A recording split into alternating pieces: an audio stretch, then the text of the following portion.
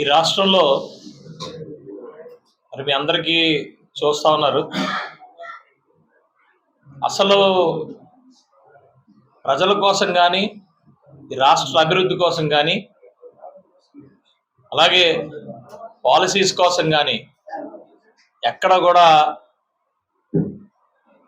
మరి వైఎస్ఆర్సీపీ పార్టీ ఎక్కడ కూడా మాట్లాడకుండా కేవలం ఒక ప్రాంతాల కోసం కానీ లేకపోతే కులాల కోసం కానీ మాట్లాడుకుంటూ దారుణమైన పరిస్థితి తీసుకొస్తా ఉన్నారు. మనం చూస్తూనే ఉన్నాం, ఇవన్నీ క్లియర్గా అబ్జర్వ్ చేస్తూ ఉన్నాం. ఒక పక్క 1924 మధ్య వైఎస్ఆర్సీపీ పార్టీ అధికారంలో ఉన్నప్పుడు వాళ్ళు ఏదైతే చేశారో అవన్నీ కూడా మర్చిపోయి ఈరోజు వాళ్ళు చేసిన తప్పులు లాంటివి ఎక్కడ కూడా కనబడకపోయినా వాళ్ళు నిద్రలో ఏదో మేమేదో అధికార పార్టీ, మేము ఇప్పుడున్న కూటమి నాయకత్వం మేము ఏదో తప్పులు చేసేసినట్టు మా వెనకాతల పడడానికి ప్రయత్నం చేస్తూ అబాస్పాలైపోయిన ఈరోజు ఈ రాష్ట్రంలో అబాస్పాలైపోయారు. వాస్తవానికి పోటీ చేసిన తర్వాత ఎన్ని సీట్లు వచ్చినా కూడా, ఏ పార్టీ అయినా ఎన్ని సీట్లు వచ్చినా రాకపోయినా ప్రజల కోసం పోరాటం చేయాల్సిన పరిస్థితి ప్రజాస్వామ్యంలో ఉంటుంది. అలాంటిది 11 స్థానాలు గెలుచుకున్నా కూడా కనీసం ఏ రోజు కూడా అసెంబ్లీకి వచ్చి ఆ 11 స్థానాలు ఏదైతే ఆ నియోజకవర్గాలు ఏదైతే ఉన్నాయో ఆ నియోజకవర్గాల కోసం కనీసం ఒక్కరు కూడా మాట్లాడే పరిస్థితి లేదు. ఎవ్వరు కూడా పోటీ చేసిన తర్వాత కంపల్సరీ గెలుస్తామని కానీ, అధికారం పార్టీ వస్తుందని కానీ ఎవ్వరికి కూడా 100% నమ్మకం ఉండదు. పోటీ చేయడం అనేది, ప్రజాక్షేత్రంలో నిలవడం అనేది ప్రతి పార్టీకి ఉన్న ధర్మం. గెలిచినా ఓడినా ప్రజల కోసం నిలబడాల్సిన బాధ్యత అయితే వాళ్ళకు ఉంది, ప్రతి ఒక్కరికి ఉంది. కానీ వీళ్ళేంట్రా అంటే కేవలం అధికారం ఉంటేనే మరి అసెంబ్లీలోకి వచ్చి పరిస్థితి మరి నాకు అర్థం కాలేదు. ఆ స్ట్రాటజీ అంటే నాకు అర్థం కాలేదు. జగన్మోహన్ రెడ్డి వెళ్ళకూడదని నిర్ణయించుకున్నారు కాబట్టి ఉన్న 10 మందిని కూడా వెళ్ళనివ్వకుండా చేయడం ఏంటి నాకు అర్థం కాదు. అదేం స్ట్రాటజీ? నిలబడినప్పుడు గట్టిగా నిలబడాల. ఒక చట్టం మీద మీరు ఏ రోజు మాట్లాడింది లేదు, ఒక చట్టం మీద ఒక సలహా ఇచ్చింది లేదు, ఒక అభివృద్ధి కార్యక్రమం మీద సలహా ఇచ్చింది లేదు. మీరు ఒకలే కాదు, సలహా ఇవ్వాల్సిందే. ప్రతి పార్టీ సలహా ఇవ్వాలి. ఇలా అనుకుంటున్నారు, మీరు ఇలా చేస్తున్నారు, ఇలా చేస్తే దీనివల్ల ఇలా ఇబ్బంది ఉంటుందని ఏ రోజైనా ఒక్కటైనా పేపర్ మీద ఇచ్చారా అని అడుగుతున్నాను నేను. ఈ 2 సంవత్సరాల్లో మీరు ఎంతసేపు అక్కడ అవినీతి జరిగిపోయింది, ఇక్కడ అవినీతి జరిగిపోయిందని ఊహాగానాలకి ఊరికే మాట్లాడడం తప్పితే, ఇదిగో ఈ స్ట్రాటజీ, మీరుగో 20,000 కోట్లు ఖర్చు పెట్టారు, 10,000 కోట్లు ఖర్చు పెట్టారు, లేకపోతే ఇదిగో ఇలా చేశారు, దీని మీద ఇలా చేస్తే బాగుందని ఏ రోజైనా సలహా ఇచ్చారా? దీనివల్ల ఇలా వేస్ట్ అవుతుంది, ఇదిగో ఈ లెక్క, దీనికి 5,000 కోట్లు, దీనికి 2,000 కోట్లు, దీనికి 100 రూపాయలు, దీనికి 200 రూపాయలు, దీనివల్ల ఇలా అవుతుందని మీరు ఎప్పుడైనా మాట్లాడారా? ఈ రోడ్డు వేసారు, ఈ రోడ్డు కన్నా అలా రోడ్డు వేస్తే బాగున్ను, లేకపోతే ఆ రోడ్డుతో పాటు ఈ రోడ్డు వేస్తే బాగుందని మీరు ఎప్పుడైనా మాట్లాడారా? ఇవేమీ మాట్లాడలేదు. మీరు మాట్లాడింది ఏంటంటే, మేము వచ్చిన వెంటనే ఏదైతే మీ మెడికల్ కాలేజీలు ఉన్నా అన్ని రద్దు చేస్తాం, అధికారులు మా మాట వినకపోతే ఈ రోజు మీరు ఏమంటే రేపు వచ్చిన తర్వాత మీ తాట తీస్తాం. మీరు మాట్లాడిన మాటలు ఇవి.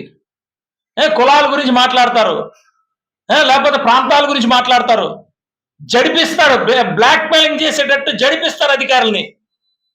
మేము వచ్చేస్తామంటారు. ఏం వచ్చేస్తారు? 1924 మధ్యన అందరూ చూశారు. 24 తర్వాత ఈ రోజు గవర్నమెంట్ గురించి మీరు చాలా స్టేబుల్గా వెళ్తున్నాం. ప్రజలకు అర్థమైంది. కనీసం 10-15 సంవత్సరాలు ఒక గవర్నమెంట్కి ఇస్తే, స్టేబుల్ గవర్నమెంట్కి ఇస్తే కంటిన్యూస్ గా డెవలప్మెంట్ చేసుకుని ఒక స్థాయిలోకి తీసుకెళ్తామని ఈరోజు ప్రజలకు అర్థమైంది. ఎంతసేపు ఆ రోజు 2024లో కూడా మీ వెనకాతల ఏ కాపు లేడు, ఎవరు లేరు. కాబట్టే మీరు అత్యధిక ఓట్లతో మీరు ఓడిపోయిన పరిస్థితులు. కాబట్టి దయచేసి మేమిచ్చే సలహా మీరు ఏది పడితే అది మాట్లాడకండి, ఎలా పడితే అలా మాట్లాడకండి. ప్రతి దానికి ఇక్కడ సమాధానం ఉంటుంది. మీరు కావాలంటే పర్ఫెక్ట్ గా ఏదన్నా ఉంటే సలహాలు సూచనలతో కలిసి మీరు రావాలి. అలా రావాలంటే మీకు సబ్జెక్టు తెలియాలి. ఆ సబ్జెక్ట్ కావాలంటే ట్యూషన్స్ పెట్టుకోండి. ఆ సబ్జెక్టులు తెలుసుకొని మీరు రండి. మీరు అలాంటి సబ్జెక్టులు మీద వస్తే మేము కూడా నేర్చుకుంటాం. కొత్తగా ఫస్ట్ టైం ఎమ్మెల్యే కాబట్టి మేము కూడా నేర్చుకుంటాం.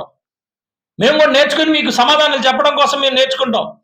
నేర్చుకున్నప్పుడు మేము నేర్చుకుంటాం, మీరు నేర్చుకుంటారు. దానివల్ల ప్రజలకి, రాష్ట్రానికి, దేశానికి ఉపయోగం ఉంటుంది.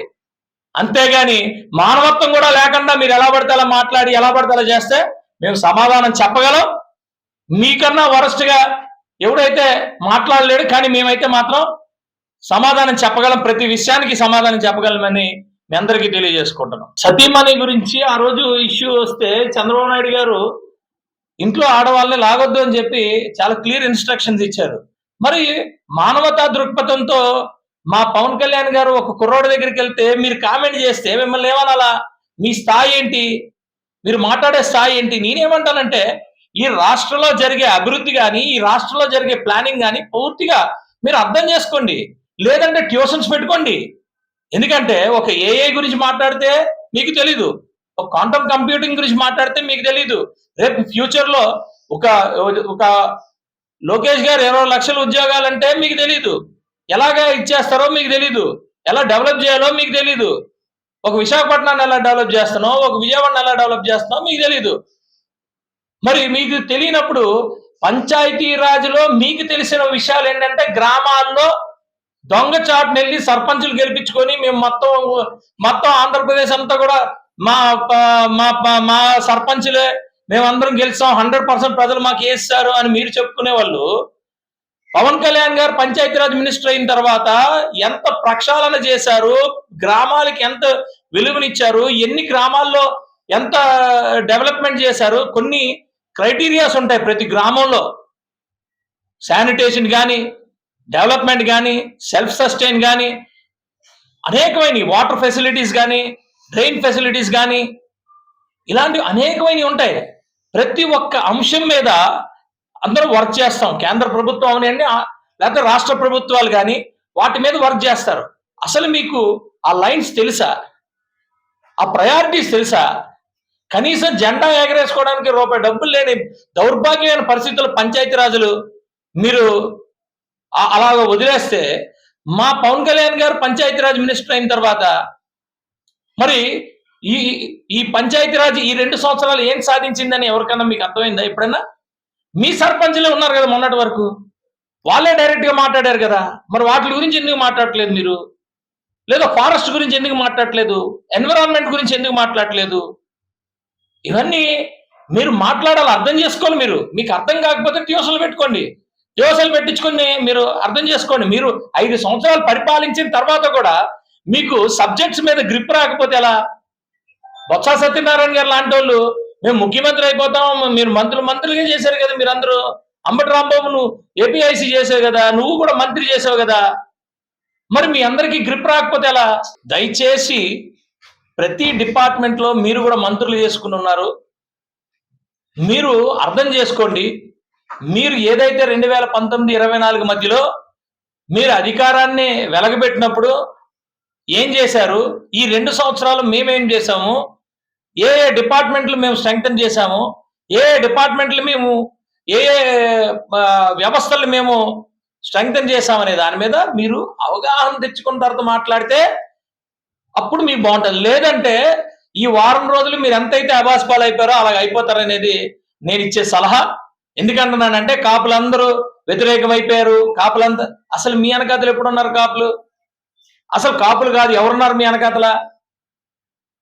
మీకు 35% 40% వచ్చిందంటే వాళ్ళన్నా హర్షిస్తున్నారా? తప్పక మీ జెండా పట్టుకున్న వాళ్ళు ఎంతమందో మీరు జస్ట్ ఫస్ట్ తెలుసుకోవాలా. మీరు ఏది పడితే అది మాట్లాడితే అంటే మీరు తప్పితే సబ్జెక్ట్ ఉన్న వాళ్ళు మీ పార్టీలో లేరా? సబ్జెక్ట్ మీద మాట్లాడండి. సబ్జెక్ట్ మీద మాట్లాడండి.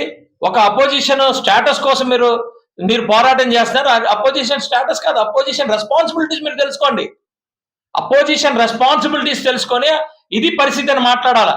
అలాగే లేదు అంటే మళ్ళీ ఎమ్మెల్యేల మీద వాళ్ళ మీద ఊరికే మీ పేపర్లోని చెత్తగా రాయించడం కాదు, ఏది పడితే అది రాయించడం కాదు.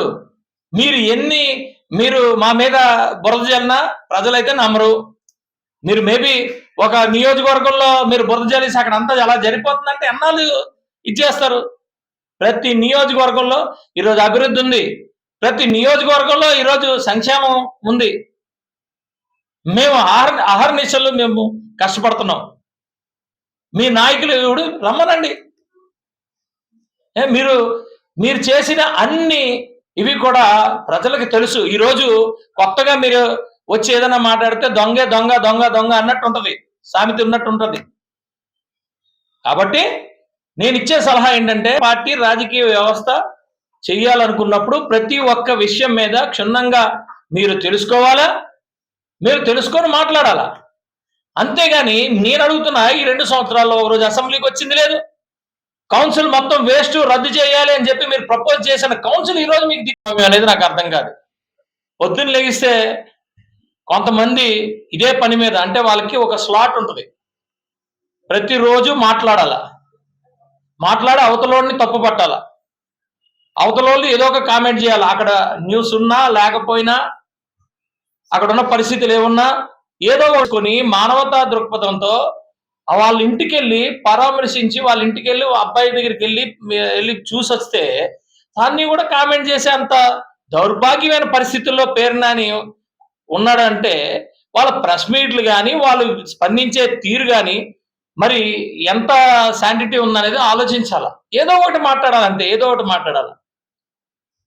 ఎక్కడైనా సరే ఏదైనా మాట్లాడేటప్పుడు ఒక పార్టీని మనం రిప్రజెంట్ చేస్తున్నాం అనే ఒక ఉద్దేశం వాళ్ళు వెనకాతల ఉండాలి, వాళ్ళ మనసులో ఉండాలి. ఏది పడితే అది మాట్లాడే పరిస్థితులు తీసుకొస్తుంటే మరి మనం ఏం చెప్తాం? వాస్తవానికి వాళ్ళందరికీ మరి ఎప్పుడు రోజు వచ్చినా కూడా ఎక్కడ కనపడట్లేదనే ఉద్దేశం. అంటే వైఎస్ఆర్సిపి పార్టీ జెండా కానీ ఎజెండా కానీ ఆ పేరు కానీ పట్టుకొని ప్రజల్లోకి వస్తే ఎవడు పట్టించుకోవట్లేదనే ఉద్దేశంతో, అలాగని పోనీ ఈ పేరు నానికో లేకపోతే అంబటి రాంబాబుకో లేకపోతే బొత్స సత్యనారాయణకో లేకపోతే ఇంకొకరికో వాళ్ళ పేర్లు పెట్టుకొని ప్రెస్ మీట్లు పెట్టినా ప్రజల్లోకి వెళ్ళట్లేదు. అది ఎన్ని సోషల్ మీడియాలో ఎన్ని పెట్టుకున్నా, ప్రెస్లోని ఎన్ని టీవీల్లో ఇచ్చుకున్నా ఎక్కడ కూడా, ఎందుకంటే వాళ్ళు మాట్లాడే విషయం కూడా లేదు అందులో, దానికి విలువ లేదు, వీళ్ళకి విలువ లేదు, వాళ్ళ పార్టీకి కూడా విలువే పరిస్థితి లేదు.